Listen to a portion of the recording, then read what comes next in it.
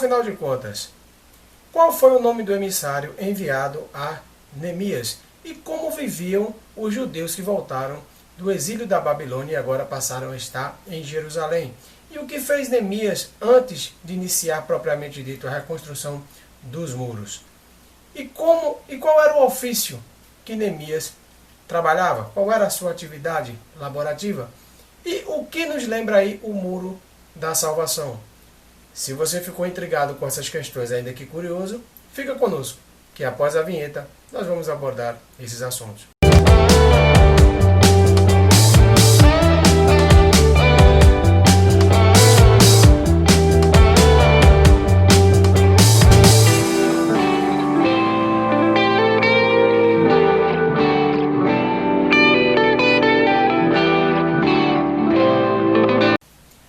Paz do Senhor a você, espero que você esteja bem.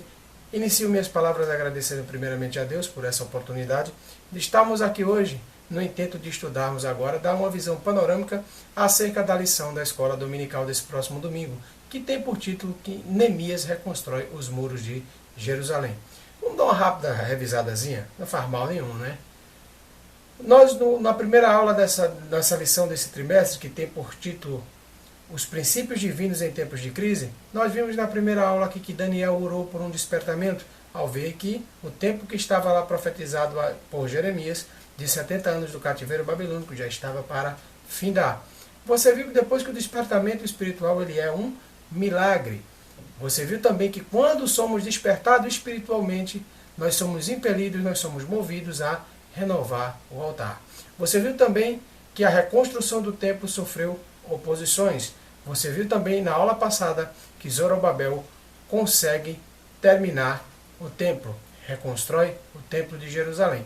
Portanto, já bem situados agora na nossa lição, eu convido você aí a abrir a sua Bíblia, já na leitura oficial, que se encontra no livro de Neemias, no capítulo 1, versículo 1 ao 4. Vamos ler juntos. As palavras de Neemias, filho de Acalias, e sucedeu no mês de Quisleu, no ano 20º, estando em Suzã, a fortaleza, que veio Anani, um dos meus irmãos, ele e alguns de Judá, e perguntei-lhes pelos judeus que escaparam e que restaram do cativeiro acerca de Jerusalém. E disseram-me, o restante que não foram levados para o cativeiro, lá na província, estão em grande miséria e desprezo, e o muro de Jerusalém fendido e suas portas queimadas o fogo. E sucedeu que, ouvindo essas palavras, assentei-me e chorei e lamentei por alguns dias, e estive jejuando e orando perante o Deus dos céus. Neemias, capítulo 2, versículo 1 ao 9. Leia junto comigo. Sucedeu, pois, no mês de Nissan, no ano 20º do rei Artaxerxes, que estava posto vinho diante dele, eu tomei o vinho e dei ao rei. Porém, nunca antes estivera triste diante dele. E o rei me disse, por que está triste o teu rosto? Pois não estás doente. Não é isto senão tristeza de coração? Então temi muito em grande maneira. Disse ao rei, viva o rei para sempre. Como não estaria triste o meu rosto, estando a cidade, o lugar do sepulcro dos meus pais, assolada, e tendo sido consumida às suas portas o fogo? E o rei me disse, que me pedes agora, então? Orei ao Deus dos céus, e disse ao rei, se é do agrado do rei, e se teu servo é aceito em tua presença, peço-te que me envies ajudar a cidade do sepulcro dos meus pais, para que eu a edifique. Então o rei me disse, estando a rainha assentada junto a ele, quanto durará a tua viagem, e quando voltarás? E aprove ao rei enviar-me, apontando-lhe eu um certo tempo. Disse mais ao rei, se ao rei parece bem, dai-me cartas para os governadores da além do rio, para que me deem passagem até chegar a Judá, como também uma carta para Asaf, guarda do jardim do rei, para que me dê madeira para cobrir as portas do poço da casa, e para o muro da cidade, e para a casa em que eu houver de entrar. E o rei mais deu, segundo a boa mão de Deus sobre mim. Deus sobre mim. Então vi aos governadores da além do rio, e dele as cartas do rei. E o rei tinha enviado comigo chefe do exército e cavaleiros. Glória seja dada ao nome de Jesus. Portanto, vemos aqui, logo no início dessa reflexão, como é que estava o cenário aqui identificado por Neemias, assim que ele soube das notícias de como estavam os judeus lá em Jerusalém. Sem perda de tempo, nós vamos agora ler o texto áureo da nossa lição, que se encontra no livro de Isaías, capítulo 60, versículo 18, que diz o seguinte: Nunca mais se ouvirá de violência na tua terra, de desolação ou destruição nos teus termos, mas aos teus muros chamarás salvação, e às tuas portas louvor. Glória seja dada ao nome de Jesus. E a verdade prática aqui que nós temos é que somente despertados é que podemos vencer os obstáculos no intento de realizar aqui as obras de Deus. Hoje nós temos até muitos aqui objetivos específicos, né? Nós temos 6 objetivos específicos aqui. O primeiro é mostrar como é que Deus chamou a Neemias, como é que Deus respondeu a Neemias. É saber também como foi a chegada de Neemias em Jerusalém. Explicar como Neemias iniciou a reconstrução do muro. Compreender que o levantamento do muro gerou oposição. Apontar também como foi solene a inauguração dos muros. E conscientizar a respeito do ensino de que esses muros aqui representam hoje para nós. Fazendo aqui uma figura nos dias de hoje. Então, sem mais delongas, vamos iniciar a análise desse texto. Vamos iniciar agora o primeiro tópico dessa lição, que tem por título Deus responde à oração de Neemias. E Deus enviou um emissário a Neemias para falar para ele, despertá-lo, falando da situação de que estava o povo judeu lá em Jerusalém. E foi Anani, o próprio irmão de Neemias, como ele bem narra no seu livro, após o retorno do cativeiro. E Neemias, assim que recebe essa notícia, Neemias fica angustiado de tal maneira que leva ele a ficar profundamente sentido, onde já existe aqui um despertamento por parte de Deus, né? Uma comoção, já que ele trabalhava de copeiro do rei, ele estava numa posição até que favorável para ele, e ele, a rigor, poderia simplesmente ser indiferente, mas coube aí um despertamento da parte de Deus para que Neemias sentisse a dor daquele povo. Então Neemias, angustiado agora, jejua e ora, faz sua própria campanha em prol dos seus irmãos. E quando é que isso aconteceu isso? Ele fala aqui no mês de Quisleu. E o mês de Quisleu é relativo aqui ao período de dezembro. E ele começou a fazer essa campanha. E você pensa comigo que ele teve a resposta imediata? Não. Ele não teve a resposta imediata, não. Segundo capítulo que nós lemos aqui no livro de Neemias, nós podemos ver que a resposta já chegou no mês de Nissan, que é o mês de março. Portanto, existia um período aí em que Neemias intensificou a sua busca para que Deus agisse em prol do seu povo. Então Deus responde a Neemias de que forma? Na maneira que nós somos aqui envolvidos nesse texto, nós vemos que se entristece de tal maneira o copeiro do rei que quando vai servir o vinho, o rei percebe que ele não está normal, ele não está se apresentando como das outras vezes, ele está triste. E o rei procura logo a explicação. Por que você está triste se você não está doente? Né? Causa de tristeza para o rei aqui seria um motivo de doença. Então, se ele não está doente, ele não teria motivo para ficar triste. E aí, aqui no texto, bem narrado já por Neemias, nós vemos que Neemias explica ao rei como eu poderia não ficar triste, sabendo das condições que está lá o meu povo e a terra, a cidade onde está enterrado os meus pais. Então, ele pede o direcionamento de Deus para que a sua resposta seja direcionada por Deus, para que o rei assim autorize ele a ir para ajudar e reconstruir os muros de Jerusalém. Então, depois desse intento, e depois dessa ousada petição, né, que nós vemos aqui no final do texto, onde Neemias já peticiona e faz: se te parece bem, me dê cartas. Me dê cartas para que eu passe pelos governantes, para que eu chegue em Judá, porque se o senhor não me autorizar, se o senhor me der carta, eu não vou chegar lá. Então, foi necessário aqui outro despertamento também. O rei aqui, na ocasião narrada, Artaxerxes, recebe esse pedido de Neemias, até foi aqui indagado, eu não sei qual foi o período que Neemias respondeu a ele que voltaria, né, acerca do retorno de Neemias. Então veja que Deus proveu a Neemias todas as condições necessárias, como qualquer dono de obra.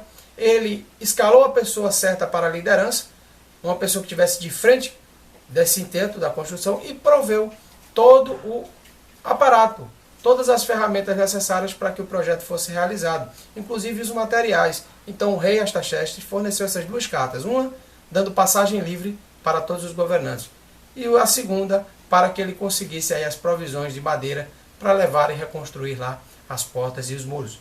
Então, já no segundo tópico dessa lição, Neemias chega em Jerusalém.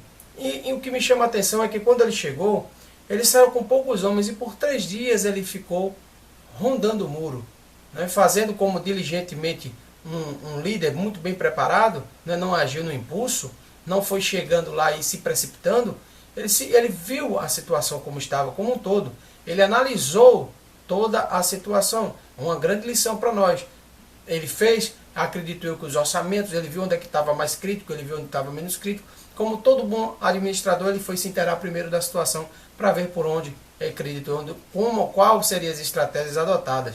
Então, só após 3 dias que Neemias revela por que veio a Jerusalém. Então, depois que ele se inteirou de toda a situação, ele convocou a todos e testemunhou que a mão de Deus fez com que fosse possível de Neemias estar ali nesse intento para reconstruir os muros de Jerusalém, falando do que Deus também tinha feito, utilizando-se do rei para que os muros fossem aqui reconstruídos. No terceiro tópico dessa lição, nós temos aqui que Neemias inicia o levantamento do muro. Então, quando ele inicia, ele tem um plano, é muito sistemático, se mostrando aqui muito capacitado por Deus com suas habilidades. Ele administrou de forma muito especial, muito maravilhosa aqui, com muita inteligência, onde ele pegou um muro, dividiu cada parte do muro uma porta, colocou os que estavam morando perto dos muros. Eu acredito que por questão de deslocamento, né, se a pessoa mora na frente da parte que está trabalhando, é mais rápido se deslocar, então eles ganhariam tempo e trabalham simultaneamente do lado de dentro e do lado de fora do muro, dando assim mais aceleração ao processo de reconstrução dos muros. E ainda tinha uma equipe para trazer os materiais e tinha outra equipe para retirar os entulhos. Foi uma logística perfeita aqui que Neemias aplicou. E com a tática também muito interessante, onde ele convocava todos que tivessem o coração inclinado para trabalhar aqui, né, envolveu todos nesse comprometimento em realizar esse intento de Deus, reconstruir os muros de Jerusalém. Então achou um trabalho para cada um, segundo eles mesmos se predispuseram. Então nós vemos aqui que nem tudo foi tão fácil para Neemias. Neemias teve aqui toda essa dificuldade material. Inclusive o primeiro spoiler oficial aqui da lição diz que essa união deles, que estavam todos aqui envolvidos no trabalho, coisa que espantou muito a Sanbalat e Tobias, né? Espantou sobremaneira, porque foi muito rápido a meia altura do muro. O muro chegou muito rápido, a reconstrução do muro se deu rapidamente. Então se a gente permitir que eles passem mais um dia, vão terminar isso aí quando? Amanhã? Então eles se surpreenderam com a celeridade da obra. Então veja que quando existe a direção de Deus, quando existe a autorização da parte do Senhor e pessoas com o coração envolvido a realizar esse intento, Deus se faz presente e a obra só faz prosperar. Só que essa união ficou ameaçada. E primeiro spoiler, né, como eu havia dito agora, o primeiro spoiler que a lição mesmo que deu, não é spoiler mesmo, é que houve entre pobres aqui e ricos uma divergência que vai ser tratada na nossa aula número 8. Então segura aí, esse spoiler aqui ficou até mais prorrogado do que os meus. Bom, meus amados, e uma coisa que eu aprendi muito com Neemias aqui durante o estudo, é que me parece que Neemias, por mais que orasse, parece que Neemias poderia ter a impressão que quanto mais ela orava a Deus e buscava do Senhor uma direção, mais os inimigos oprimiam ele. Inclusive existiam pessoas que se infiltraram no meio somente para impedir que a reconstrução dos muros fosse realizada. Então você veja que Neemias passou um período de alta perseguição, tanto por inimigos externos quanto inimigos do próprio povo, dentro, infiltrados no próprio povo. E constantemente era cercado de ameaças, chegando a ponto de ele ter que dormir armado, né, e não tirar nem as armaduras, nem sequer para dormir. Veja que nível de pressão estava vivendo Neemias, escalando turnos de pessoas para vigiar as pessoas que estavam trabalhando no muro. E quem trabalhava no muro, trabalhava com a sua ferramenta numa mão e a espada aqui perto na cintura, e a espada na outra. Então eles estavam prontos para trabalhar e combater se fosse necessário. Tudo isso revelou a provisão de Deus para que aquele intento fosse realizado, testificando aos inimigos de que o Senhor era com eles. Isso fez os inimigos tremerem na base, como se diz, né? Então, ainda assim, depois que viram esse muro reconstruído, até os inimigos tiveram que reconhecer que Deus fez aquela obra. E nós falamos tanto de muros, né, dos muros de Jerusalém, e qual é o ensino simbólico que esses muros trazem? Aqui logo no texto áureo, em Isaías, no capítulo 60, versículo 18, que nós lemos, nos coloca no contexto de que a Bíblia fala do muro como o muro da salvação. Por quê? Porque aqui é um muro que protege aqueles que assim vêm, adentram ao lado interno. Se é que você me entendeu, né? Não tem muita dificuldade. Aqueles que se abrigam em Deus estão protegidos pelo muro da salvação. E esse muro também tem uma função especial.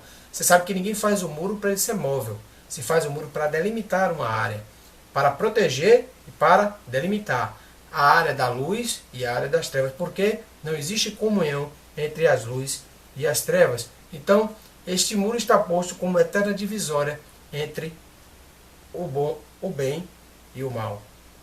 Então, diante de tudo isso, nós podemos aprender que, vindo o despertamento de Deus, nosso quebrantamento, a busca intensa, primeiro, para que você converse com Deus, segundo, para que você ande com Deus, para fazer assim, realizar os desígnios do reino dos céus aqui na terra, nós podemos, com a nossa habilidade e a capacitação dada pelo próprio Deus, realizar intentos que humanamente seriam impossíveis de fazer.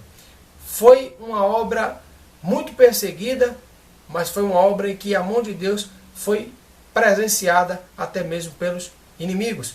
Então, esse foi a nossa breve abordagem panorâmica aqui sobre esse assunto. Eu espero que você tenha gostado, eu espero que você tenha entendido. Se você não é inscrito no canal, faça isso não. Se inscreva no canal e não esquece, aqui abaixo, aqui na descrição do vídeo, nós deixamos um link para que você faça o nosso quiz, que é o teste do conhecimento que você adquiriu sobre esse tema. Eu desejo a vocês uma ótima semana, uma semana abençoada, que o Senhor continue cuidando de nós e da nossa casa. Eu espero você na próxima aula da Escola Dominical. Fiquem na paz.